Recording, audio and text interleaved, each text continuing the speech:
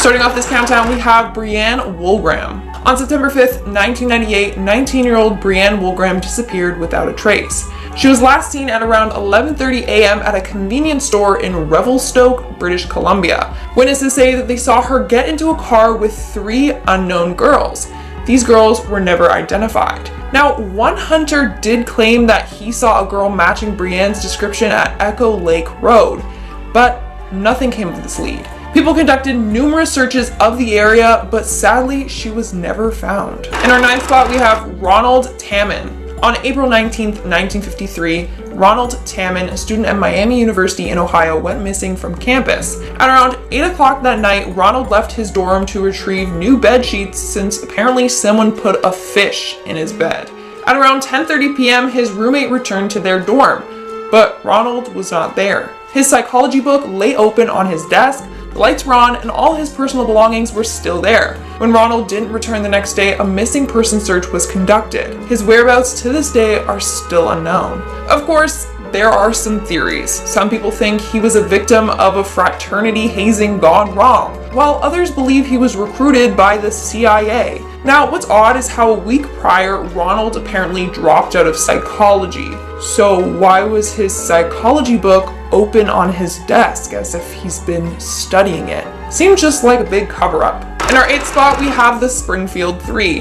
In 1992, best friends Stacy McCall and Suzanne Streeter and Suzanne's mom, Cheryl Levitt, all went missing without a trace. On June 17th, 1992, the 2 girls left a graduation party and headed back to Suzanne's home where they planned to spend the night. It's thought that they arrived at the home because their clothes, jewelry, purses, and vehicles were there. But the next day, the girls didn't follow through with their plans to meet other friends. When the friends arrived at the house, the porch light was broken with glass all over the porch. Suzanne, Stacy, and Suzanne's mother were nowhere to be found. Now, in 1996, a convicted kidnapper and robber in Texas did come forward and say that he knew that the Springfield Three were dead. However, he never said he was responsible for the death. He just said, "I just know they're dead." To this day, we don't know what truly happened that night in June. Moving on to number 7, we have Angela Hammond. On April 4th, 1991, Angela Hammond was on her way home when she stopped to make a call at a phone booth. While on the phone with her fiance Rob, she told him that there was this creepy looking man in a pickup truck in the parking lot just watching her. Apparently, he got out of his truck, shined his flashlight around looking for something, and then went to the phone booth.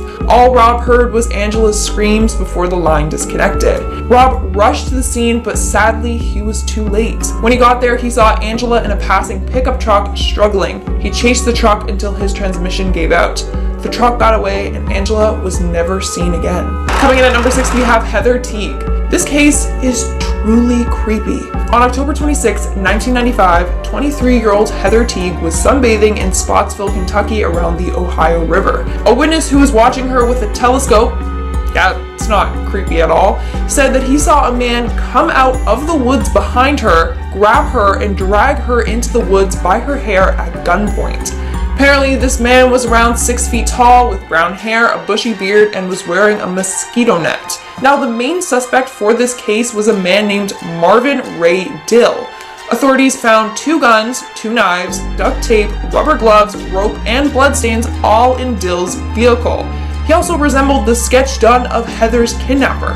However, he committed suicide before officers could bring him in for questioning, which is frustrating because we will never find out what truly happened to Heather. We're now at our 5th and halfway mark with Brandon Lawson, another very mysterious case.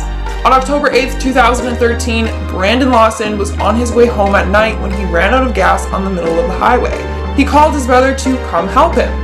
But shortly after, he called 911 saying that someone chased him into the woods and he needed the police. When his brother and the police arrived at the scene, Brandon was nowhere to be found.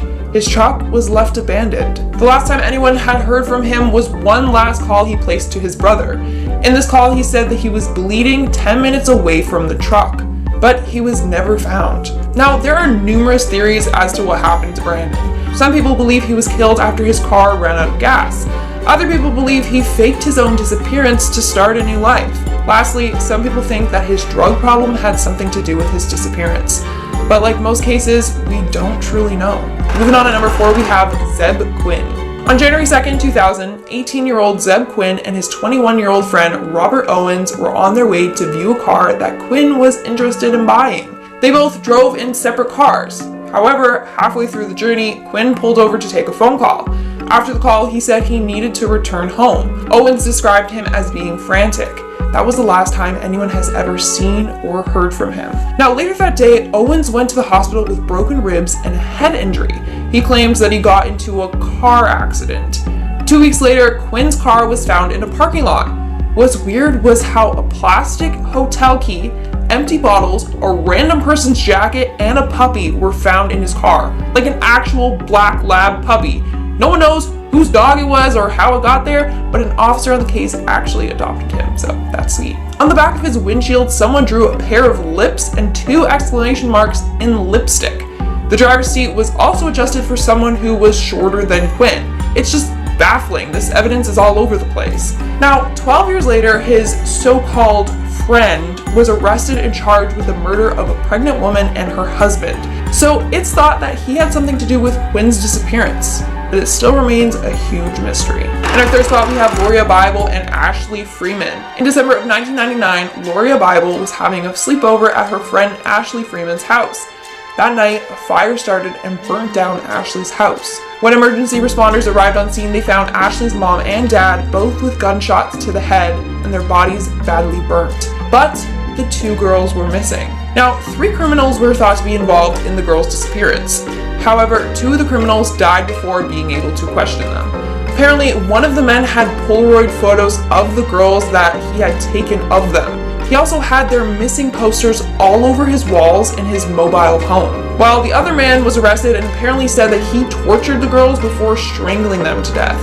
This is an extremely sad and tragic case. Moving on to number 2, we have the Jamison family. On October 8th, 2009, the Jamison family, consisting of Bobby Dale, Sherilyn, and their young daughter, drove out to Oklahoma in their pickup truck to check out a plot of land they were interested in buying. Later, their truck was found abandoned. The Jamisons were nowhere to be found. The truck contained a large sum of cash, their IDs, wallets, phone, and their dog. Now, what's weird is prior to them leaving, Bobby Dale went to his pastor and claimed that his house was haunted. Sherry Lynn also purchased a satanic Bible, apparently as a joke, but people think that they were involved in cult-like activities and were murdered by one of the members. Security footage of the family on the day they went missing shows them in a trance-like state, not speaking to each other. Now, this case was cold until November 16th, 2013. On that day, a group of hunters came across skeletal remains. Forensic testing proved that they were the Jamisons. But because they were so decomposed, they couldn't determine what the cause of death was. So we really don't have any answers. And in our number 1 spot, we have Dorothy Jane Scott. This is a really weird unsolved case of a missing woman named Dorothy Jane Scott. Now, before Dorothy disappeared, she would receive phone calls from a mysterious caller. The caller would say things like, "When I get you alone, I will cut you up into bits so no one will ever find you." But then other times, the caller would profess his love to her. Now, Dorothy did say that she recognized the man's voice, but couldn't quite identify who it was. In May of 1980, Dorothy was kidnapped and never seen again. So that night, she was at a work meeting. One of her colleagues started to become sick, so she offered to take him to the hospital. When he was released, Dorothy went to her car to bring it to the front of the hospital to get him. The last thing her colleague saw was her car speeding away. They don't know who was driving it. Later, Dorothy's family started to receive phone calls asking if they were related to Dorothy Scott and would end the call by saying, "I've got her." They've never found Dorothy or any clues to who this caller may be. They don't even know if Dorothy is alive or just being held captive by someone who is obsessed with her.